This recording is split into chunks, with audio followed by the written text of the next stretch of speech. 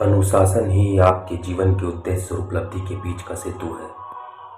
वह सेतु जिसका नींव अनुशासन के रूप में टिकी है, वह नींव जिस पर अर्जुन ने अनुशासन के दम पर हासिल की। स्वयं श्री कृष्ण अर्जुन को उपदेश देते हैं।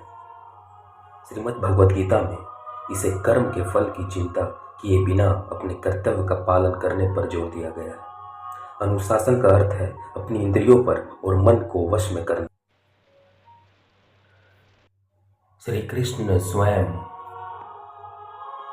बताते हैं अनुशासन का अर्थ है अपनी इंद्रियों को और अपने मन को वश में करना और अपने लक्ष्य पर ध्यान केंद्रित करना।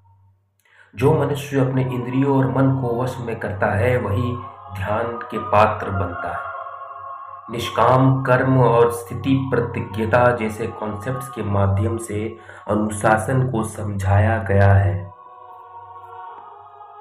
निष्काम कर्म यानी कि अपने काम के प्रति ईमानदारी और वफादारी के साथ साथ बिना किसी फल की चिंता किए बिना अपने काम में निरंतर से लगे रहना।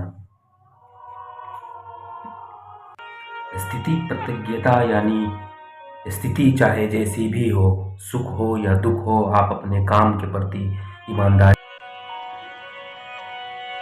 यानी कि अनुशासन जीवन में उतारने के लिए इंद्रिय संयम पे काम करना होगा, यानी इंद्रियों पे अपने भीतर कंट्रोल करना।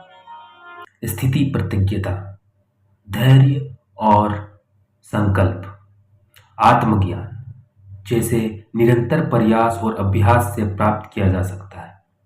और निष्काम कर्म और कर्मयोग के माध्यम से भी हम अनुशासन को अपने जीवन में उतार सकते हैं।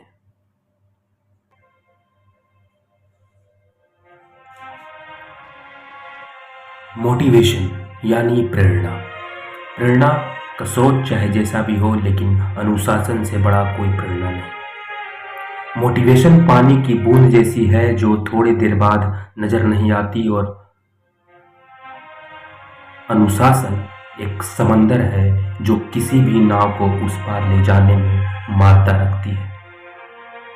लेकिन शायद न्यूरोसाइंस ना वो डिसिप्लिन जानती है और ना ही मोटिवेशन।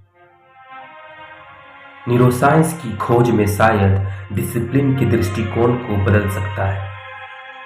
उसका पीछे का कारण और एकमात्र ये है कि न्यूरोसाइंस केवल और केवल न्यूरॉन्स को पैटर्न को परखता है। न्यूरॉन्स के पैटर्न के माध्यम से बिहेवियर और बिहेवियर के थ्रू डिसिप्लिन का निर्वाह